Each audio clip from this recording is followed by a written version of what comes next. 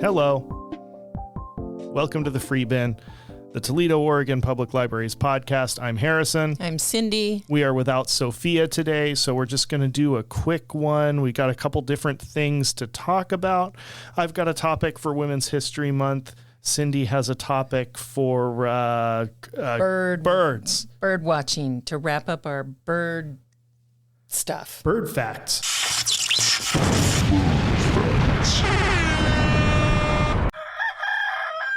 Yes, we've not stopped learning about birds since our bird watch week discussion. Yeah. So we're going to talk about birds. We're going to talk about films. Yes. And the bird stuff, I think my subject matter came up in some algorithm that heard me talking about birds on Facebook, and so now I get bird things. You want more birds? Yeah, I just need to keep talking in front of my phone because apparently it just wants to tell me all the things. The little Microsoft Office paperclip man from the 1990s coming in to say, it looks like you want birds. That's right. Can I help? I know. And so I always am like, whenever... I mean, a lot of things have happened when I have my phone just sitting next to me, and I'll say something like, we should buy some bookshelves. And then not 5 minutes later, I go on Facebook and look, there's all the ads for bookshelves that are available. So it's kind of terrifying that I must have mentioned birds somewhere in front of my phone, and it was listening, and now I have bird facts coming out my ears. They don't even need to listen. Listening is inefficient.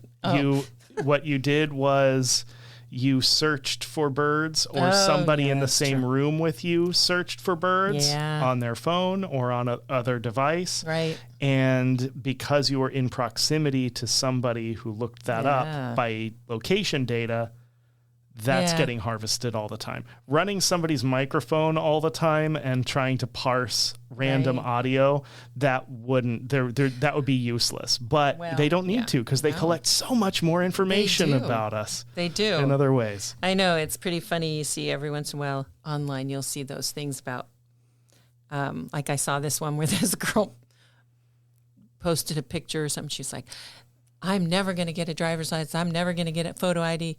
They're never going to know about me or where I am or what I'm doing. And she's like posting this on Facebook. And one of the comments was, does anybody want to tell her? And I thought, yeah, that's pretty true. You already have a presence. They already know where you are. It doesn't matter if you have a driver's license. They can find you. Well, if you're like me and you're very interested in geopolitics and kind of fringe movements and extremist movements, sometimes you get very strange banner advertisements served to you based on your Google search history. I've seen some pants that espouse ideas that I didn't think a pair of pants could espouse. And it can be kind of horrifying. No kidding. No kidding. So, fair warning. Just saying, if you're listening to this podcast, you might end up with some weird stuff. Yeah, clear your cookies. That's right. That's right. We're not going to get you any dubious pants advertised to you. No, we shouldn't. But there might be some things, about birds and movies. Birds and movies. Yeah. Okay, so announcements? I've got our upcomings right here. We have Speed Puzzles coming March 21st, 4 to 6 p.m. This is a team event. Right.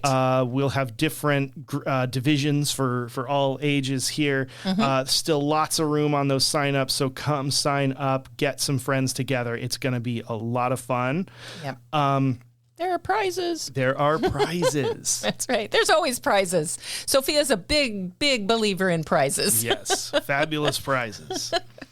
Our Mario Kart tournament is happening March 26th from 2 to 4 p.m. So that's going to be Mario Kart World for the Switch 2, the current iteration of Mario Kart as last time. Right. So get ready for that. start your training. Right. And that's going to be, last time we did that, that was great. It was fun. Yeah, that was fun. Also, prizes. Prizes. Yep. Yes. And bragging rights. And glory. Most importantly, bragging rights. Right. I think that's more than the typical prize that, Sophia brings. I think it's the bragging rights that brings people in. Fastest birdo in town. That's right. And we also have our Steam Saturday, March 28th, 2 to 3 p.m. Right. Making ice cream in a bag. Yes. That is a watertight bag, so you get to keep your ice cream. Right. Mm-hmm. And I know that there is, it's pretty full. There's a bit of a wait list, but go ahead and sign up because Sophia always tries to accommodate everybody. Mm-hmm. So if you want to come, sign yourself up and she'll make sure, I think, that there'll be enough supplies. We'll and you can at least get yourself on the call list if we have anybody who doesn't show. Right. All right. Are we ready for the beverage? Yes. We have a few drinks that I don't want to try without Sophia here. Right. That are right. quite fascinating. I think they could be quite good. So for this episode, that was quite a noise. Yeah. That looks good. Frosty brand cherry limeade soda. Yeah, we have tried other Frosties, haven't we? We have. We've tried the blue cream. Blue cream. Blue cream. Yes. But, in our quest for the perfect cream soda, we have one to try, I think, but we're not doing it without Sophia because, we're in this journey together. Yes. We don't want to not do it. Nobody's getting left behind. That's right. On the cream soda journey. So while Harrison struggles to open he got it. It's a twist off.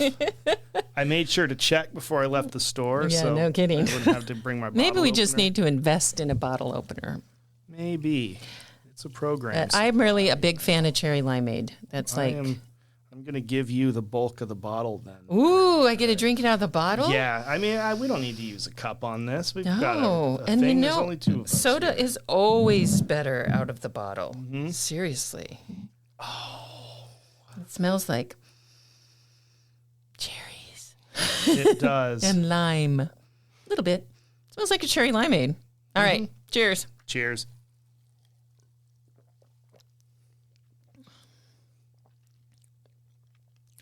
It's pretty good. It's pretty good. What do you think? Yeah. It's sweet. It's very sweet. Ooh, sweet. I'm actually not really getting the lime out of it so much. No, there's a lot of cherry. Mm-hmm. Yeah. It does have red number 40. Yeah, which may do things to you. It's inconclusive. There is no cherry and there's no lime in it. Oh, wait. Natural and artificial flavors, not cherry and lime, but it tastes pretty good. Yeah, it's pretty good. Mm-hmm. Yeah, not bad. Yeah, I'm liking it. Pretty sweet, but it's very sweet. My favorite are Arctic Circle cherry limeades. Yeah. But they call them lime rickies. I don't know why, but they do. I wonder if that's a regional thing. It must be, because in the Midwest, I would go, Sonic, which I don't know, do we have Sonic around here? We don't. I was going to say that's my go-to cherry limeade. Theirs are the best. And they used to have happy hour, and you could get like a 44-ouncer for $1.50. They have the good ice. That's a factor. Sonic has the good crushed ice. They do. They have the good ice. Yeah. Anyway. All right. Tell us about crows, Cindy. So crows are what I have picked to talk about because I was, like I said, on Facebook, and apparently I need to know about birds.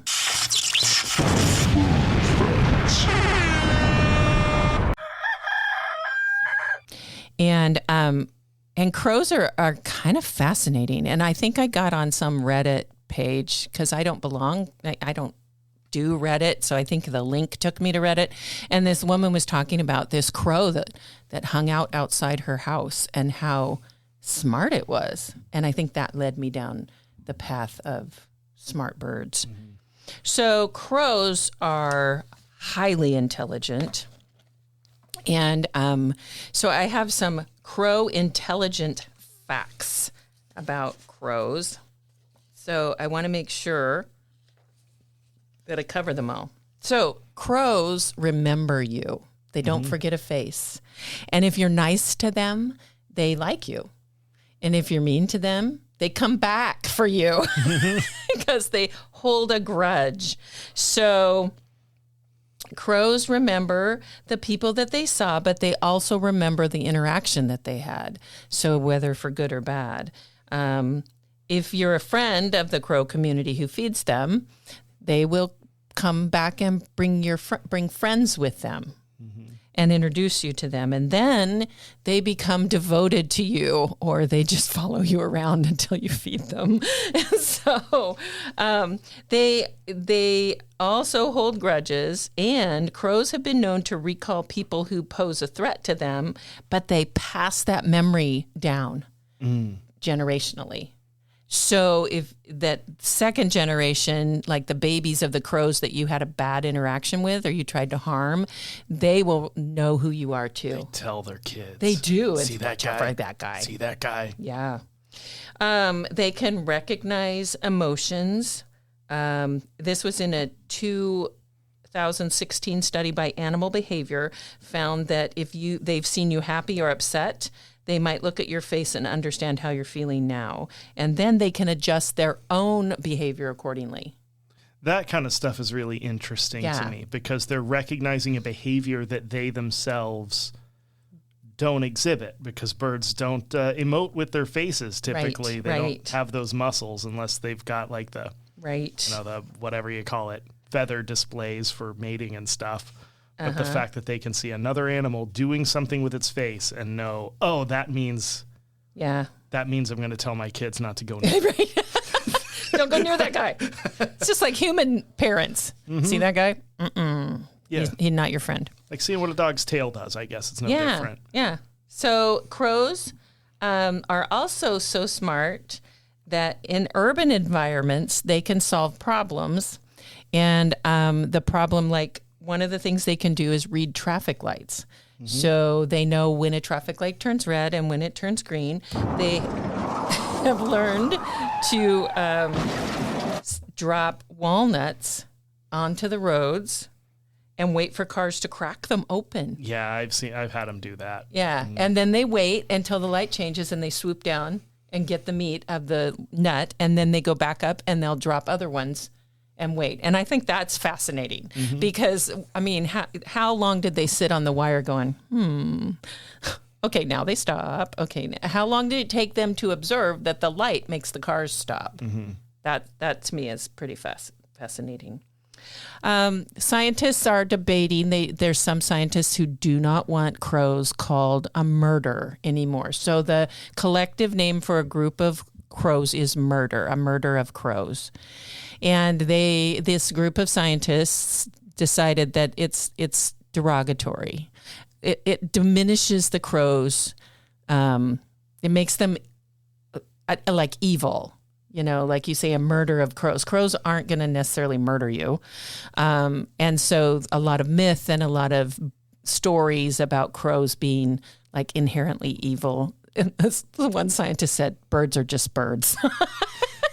I thought, oh, that's a good way to do it. I've heard that, and I don't know if this is true. This is anecdotal folklore that I've heard, but that crows and ravens might be associated with death because they will feed on carcasses. Right, because they're scavengers. An animal that in some cases will actually move toward human conflict. So if there's like a battle going on, or in more recent times, if there's gunfire, sometimes corvids will move supposedly toward that sound instead of fleeing the area because they know that there's going to be food. There's going to be food, and sometimes food that's covered in shiny things that they can also take. Right. Yeah. So, and it's interesting because speaking of that like being scavengers, crows' beaks cannot penetrate skin. So, for example, they have to wait for the body to soften in death, like lay on the battlefield and rot, and then they can feast on it. They can eat that, but they can't, like, their beaks are not strong enough. Crows and ravens are different. Ravens have curved beaks and crows have straight beaks, and crows can't penetrate skin. Like they can't get it and pull it apart. So I thought that was interesting. One of the things is, too, that crows seemingly hold funerals for their dead. So crows can be seen gathering silently around a dead crow, a behavior that appears similar to a funeral, and these gatherings can last several minutes. But researchers believe that these gatherings help crows learn about potential dangers in their environment. By observing death, they may avoid similar threats in the future. So it may just be that they gather there and go, okay, this is how this guy died. Maybe we should stay away from here. Crows are monogamish, so they are not technically monogamous. They mate for life, seemingly. They form long-term pair bonds. And they occasionally, though, mate outside the pair. So scientists describe this as being socially monogamous, but genetically flexible. And then young crows will come back to the nest and help raise their siblings, which is kind of interesting. That's really cool, yeah. They feed them, they care for them, and it strengthens that family group because crows like to live in communal living. They live in a murder, which, but yeah, they gather in massive communal roosts, and during the winter they congregate to sleep. It can number from a few hundred birds to 2 million birds. Wow. And some roosts have been around for over 100 years. That's a lot of birds. Yeah. Ooh, can you imagine coming across 2 million crows? And they've all told each other that you're horrible. Right. Then you might die. I mean, then the murder might come to life. But if you've got a good relationship with 2 million crows, then... Yeah, except you have to feed them. That's a lot of crows to feed. Yeah. They enjoy they're playful, and they enjoy being, like, doing pranks and teasing. They'll take something and hold it just out of reach of another animal or a person, and, kind of that laugh, like, ha, ha, ha. Scientists say that play, and I believe this too, play is linked to intelligence and learning. I know that, like, with young children, playing is how we learn. Adults, playing is how we learn. Crows know which foods spoil first, and so they'll like eat pieces of meat first and then store the foods that they collect separately, the ones that don't rot. And they hide them just like squirrels hide their food around. Crows hide their food in different locations. So this is what crows' beaks, this is what I was talking about. Though they have large bills, crows are not able to break through even thin skin. They must either wait for something else to open the carcass first or for the carcass to become tender enough through decomposition. So I did not know that. That's kind of weird. Crows live a long time. And they have been around for a long time. There's lots of different things in about ravens and crows in books and literature from a long time ago. Yeah, in Scandinavia, it was during the Viking Age, and where the record kind of picks up. So we know it predates that too. Probably, the belief was that ravens transported the souls of the dead to the afterlife, which makes sense if they're what's eats the dead if you don't take care of that situation first. So it kind of makes sense to connect that the ravens come and take you away to where you're going. So let's see. So crows can steal from you if they see something shiny or something that they want. They'll come and take it from you. Especially, their little treasures, like if they're shiny. But crows also, in this Reddit, the lady that I was talking about earlier who had that crow, he would bring her presents. Like he would bring her like shiny foil or a little nut or a pretty rock, and then she would give him food. So it kind of became this reciprocal arrangement between the two of them. Crows will, wait outside your house for you to give them food.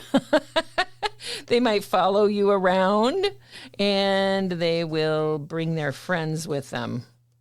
They can be really demanding, so they're social birds, and once they bond with you, they may expect regular food offerings, which can become demanding. They can loudly call or follow you around mostly when they've gotten used to receiving food from you regularly. So be warned. Mm-hmm. You may not want to feed them regularly, but don't get on their bad side. Yeah, don't, in general, feeding wildlife is not good for the wildlife. Right. And not good for you with crows.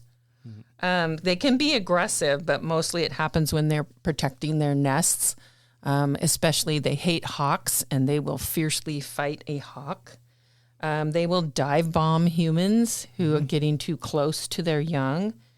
And they can swoop and fly very quickly, so they can dive on you pretty fast.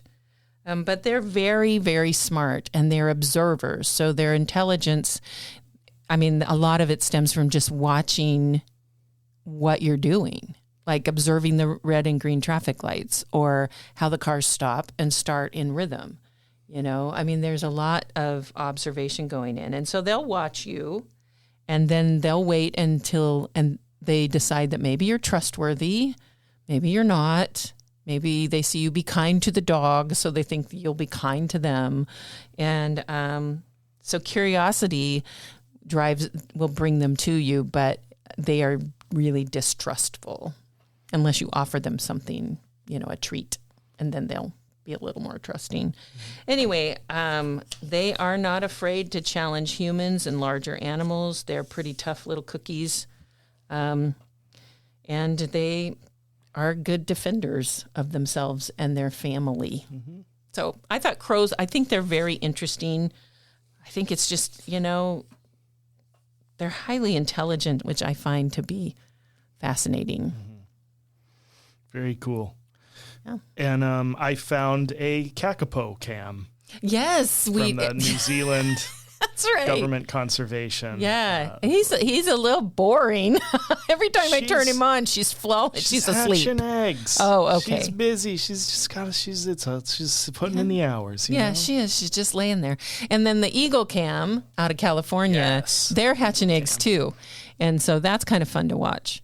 Just the eagle, it just ignores the camera, but it's really close. The camera is, or either it's focused in really close, or it's on the same tree because the camera moves with the eyrie. Yeah. And the other day I turned it on just to watch, and they had just switched. So this was the female, and the male had flown off, and she was just sitting there on the eggs. I guess that's what's there. And then, but you could tell something spooked her because all of a sudden she's like watching in every direction, you know. And I thought, oh, something's out there that she doesn't trust. It's interesting. It's interesting. We need to put up something in our library. You can come in and watch the eagle cam or the kakapoo. Yeah. Kakapo. Put that up. Kakapo. Kakapo, not kakapoo. That's something entirely different. The kakapoo comes from the kakapo. Right. Kakapoo, kakapee, kakapo. I should take a drink when you're doing that. I'll spit the cherry limeade everywhere.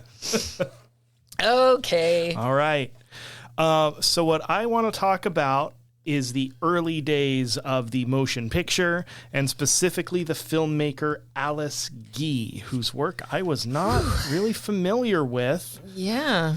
before I started doing some preliminary research to workshop maybe an episode on just the early days of film in general, like the first motion pictures, which I'd still kind of like to do. But then it being Women's History Month, I thought, let's spend some time on Alice Guy. Yes. Yes. Alice Ida Antoinette Guy Blanchet was born 1st of July, 1873. She died March 24th, 1968. She had a good run. Wow. Yeah. She was up there. She was one of the first filmmakers to make a narrative film, the first woman to direct a film. In fact, she may have been the only female filmmaker in the world from 1896 to 1906. Wow. Yeah. Wow. And she did a lot of interesting, innovative stuff. Yes, she did.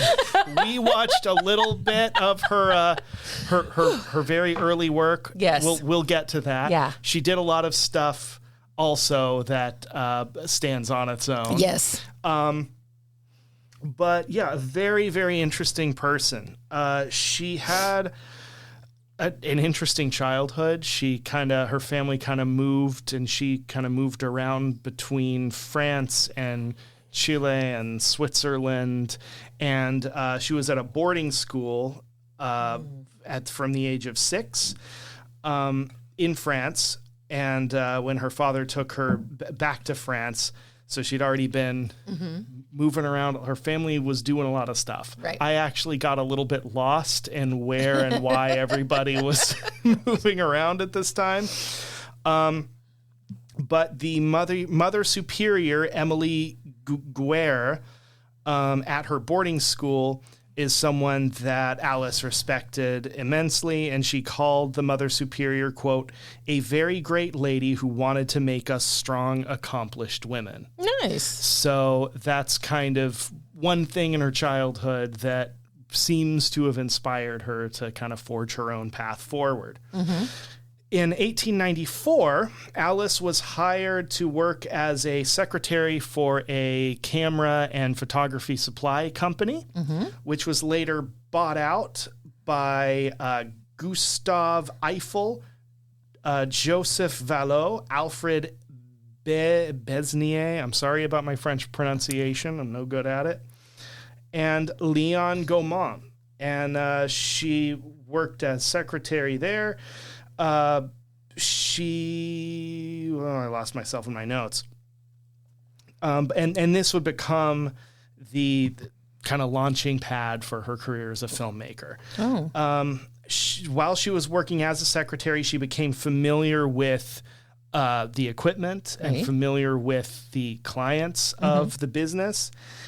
And she also met early film engineers like the Lumiere brothers, Auguste and Louis Lumiere, and Georges Demeny. I only know Lumiere from Beauty and the Beast. From Beauty and the Beast, Sorry. yes. That to me, yes, also. My reference. That's my reference for Lumiere, too. Unrelated, I think. I think so, yeah. Because it means light in French, right? Yeah, it Lumiere. does. So it must be, that's a handy name. Okay, go ahead. So on March 22nd, 1895, Alice and Gaumont attended an event held by the Lumieres that was the first demonstration of film projection. So they screened a film called Workers Leaving the Lumiere Factory. Wow. I don't want to spoil the ending to this. This 19th century film reel to you, but it was workers leaving the Lumiere plant in Lyon. No plot twist there. So she had the idea then to make demo films, something more interesting than people leaving work. Yeah. Well. Because they're in the business of selling photography supplies, right? Let's make something better. So she asked Gaumont for permission to start doing her own work, and he granted it. And she started making movies. Yes. So her first film was made in 1896. This film is lost. Right. We basically know it exists because she made a couple versions of this movie, very, very short, that do still survive, but she has a description of this that does not match any of the two surviving ones. So there must have been a first version that is lost. Right. This the title's kind of fuzzy, and there's subtitles, and you know, but The Fairy of the Cabbages, La Fée aux Choux, or The Birth of Children, or maybe it didn't have a title and they gave it a title later. But in any case, it was a scene. It was of a couple who go to a cabbage patch. Right. And they decide they want to have a baby, and they ask the farmer in the cabbage patch, and they pick a baby from the cabbage patch. So as the story goes, you know, she did this with her friends, right? And they conscripted an actual baby. Yes. A really little one. A really little one, and the baby was very upset, apparently, and screaming the whole time. So the mother, who was there as part of the crew, ran into frame to pick up her baby before Alice stopped filming. And she couldn't reshoot because it took her a week's worth of wages to buy the film to shoot this little short scene. And so she kind of just decided to recontextualize the film and say, oh, this character who appears at the end is the fairy that lives in the cabbage field, right? Steals babies. And steals and picks up the screaming baby. Right. This film is lost. But what we do have, and what Cindy and I are both still recovering from, is the 1900 reimagination or continuation of this, which features only the Cabbage Patch Fairy, who is not doing the Cabbage Patch, but is sort of dancing. She's dressed like so imagine it's in black and white. It's a silent movie, and she's dressed as like a Gibson girl with a little flowers and like little amateur ballet through the cabbage patch. And Alice, you know, she I would say had not learned how to more comfortably manage young infants on her film set at this second go around, because this time there are two actual babies, newborn, very or close to it, very small naked babies who the cabbage fairy picks up out of the cabbages joyfully and then just kind of flops onto the ground. Like the first one she picks up and then sets down almost like she's trying to sit them up. Right, and then just lets them fall over. Yeah, because they're too little to even hold their heads up. But as she kind of just like lets go, and the first one falls, and then the second one is just screaming from the get-go. Yeah. And she just lays them on the ground and they're screaming. Keeps it dancing and smiling. And then it's so stressful. Then she goes back to the cabbage patch and she reaches down with one arm, and I thought she was going to pick up another baby like by its arm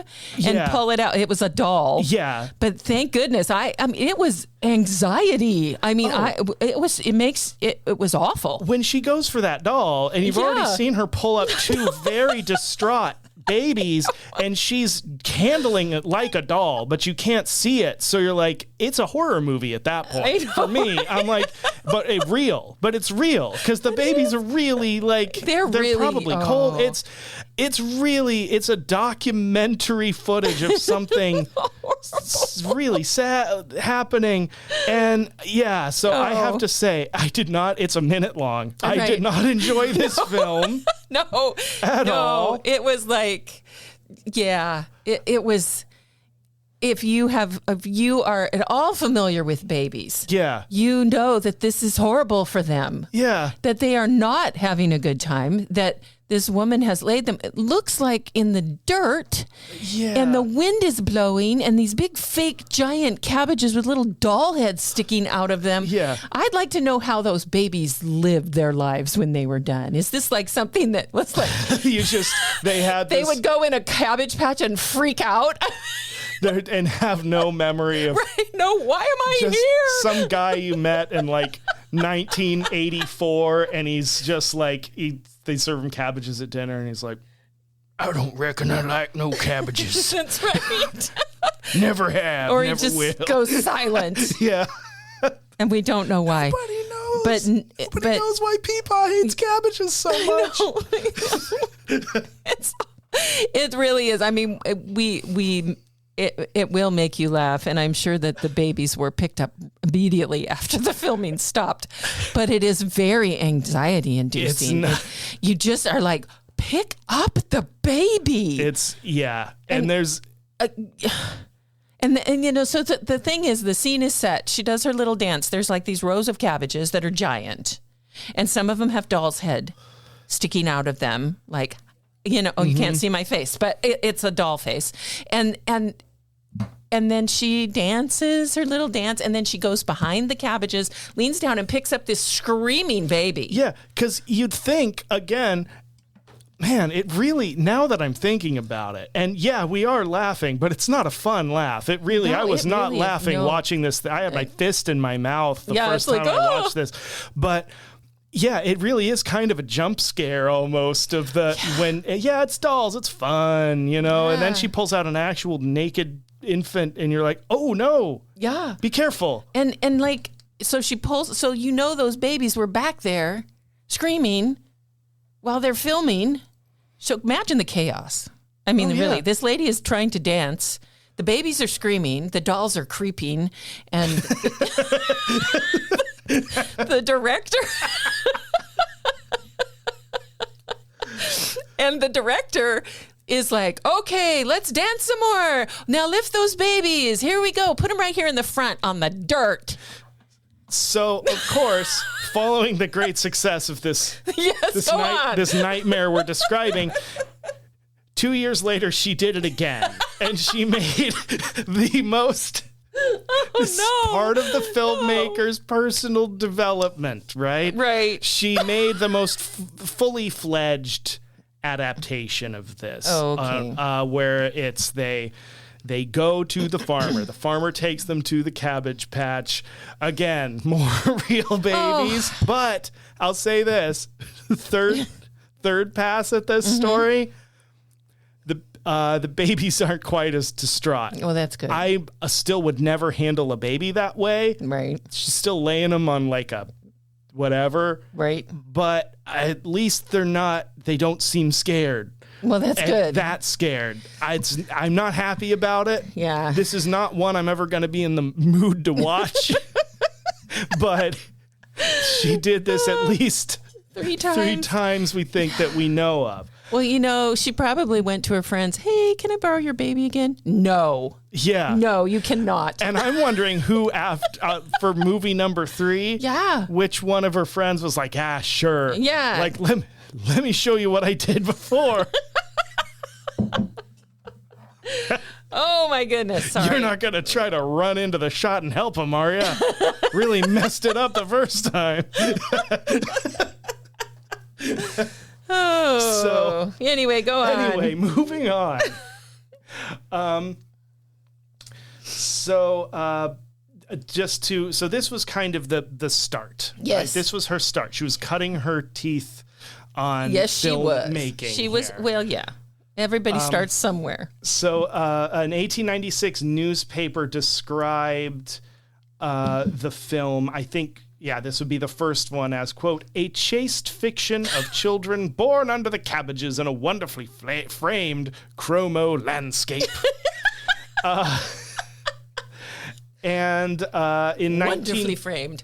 But this was the first narrative film, potentially. Yeah. That wasn't just workers leaving a factory, or people dancing in a garden, or, you know, it had a horse story. Sneezing, or whatever the big budget things were at that time. That's she spent all her budget bribing parents to loan out their babies. Yeah, we're doing something new. It's gonna be big. We're gonna tell a story. You know that movie, Man Falling Asleep? This is going to blow it out of the water. Okay, go on. I got to know how this ends.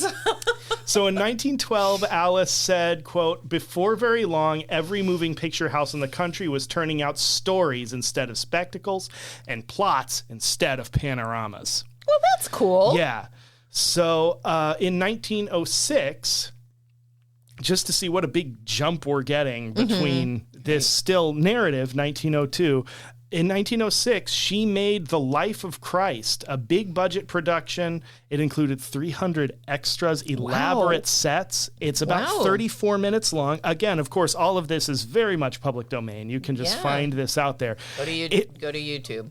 Go to YouTube, go to archive.org, go to even the Wikipedia pages for these. They have them embedded a lot of times. If you want to see the weird baby one, go to Wikipedia. Yeah, I wouldn't recommend it, but you can. We're just warning you.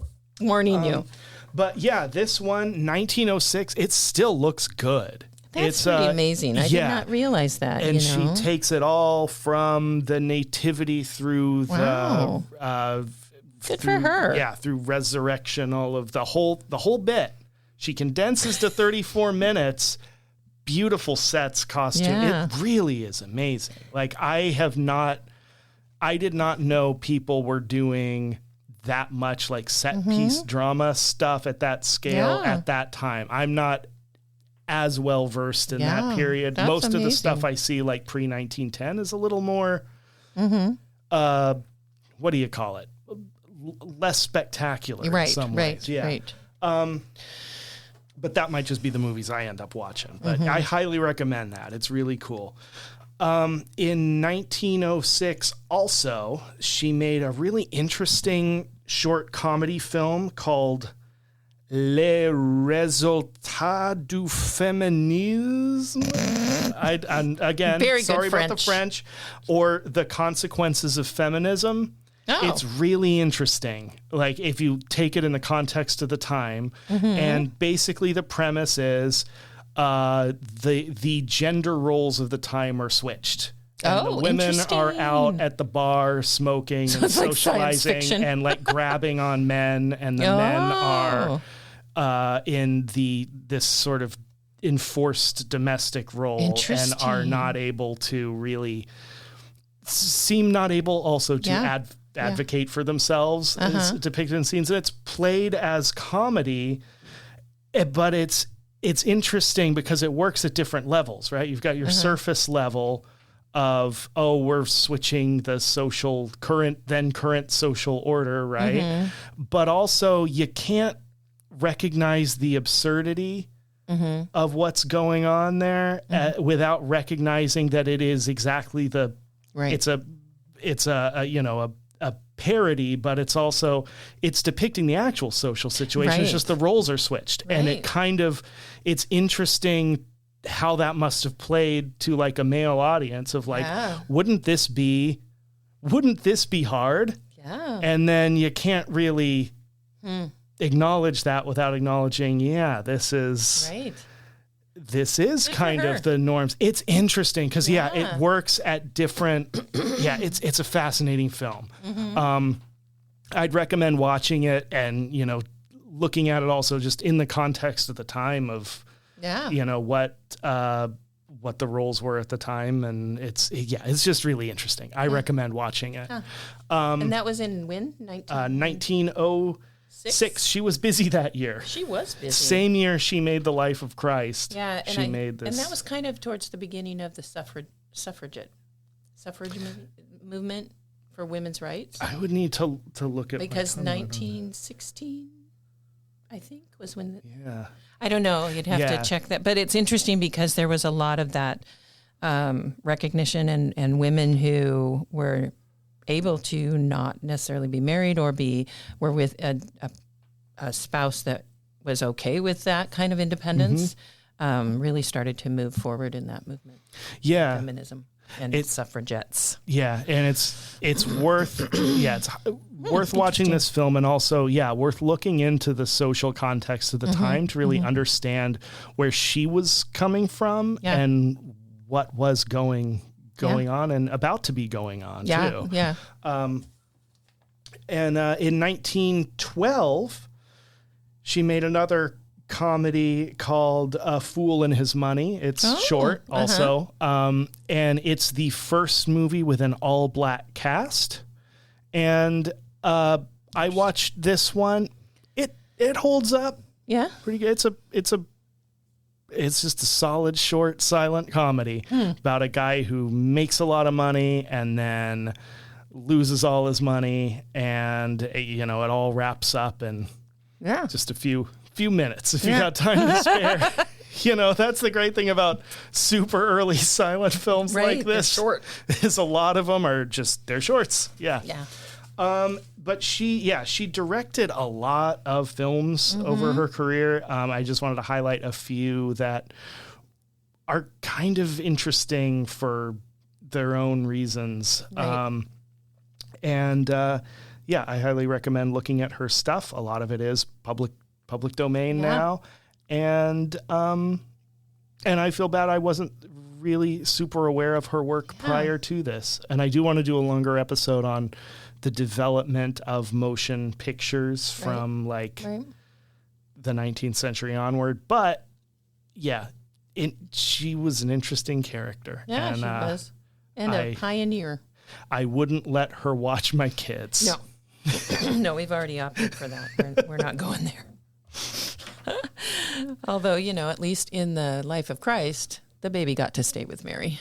Yeah. So she didn't just abandon it in a Cabbage Patch. Yeah, I need to go rewatch that now that you're mentioning it, because I kind of skipped through that one. I didn't watch the entire thing yet. Yeah. I might want to watch and see how that scene is handled. Right. She might just have an issue with babies. I don't know. Anyway, well, this was a fun episode. Yeah, thank you. I've learned a lot about crows. And about movies. Mm-hmm. And we'll see you next time. Bye. The Free Bin is a production of the Toledo Public Library, which is part of the Lincoln County Library District in beautiful Lincoln County, Oregon. Writing by Cindy Bilek, Sophia Kahn, and Harrison Baker. Original music by Harrison Baker. Editing by Harrison Baker and Sophia Kahn. The views and opinions expressed on this podcast are those of the speakers and do not necessarily reflect those of any organization they represent. Good night.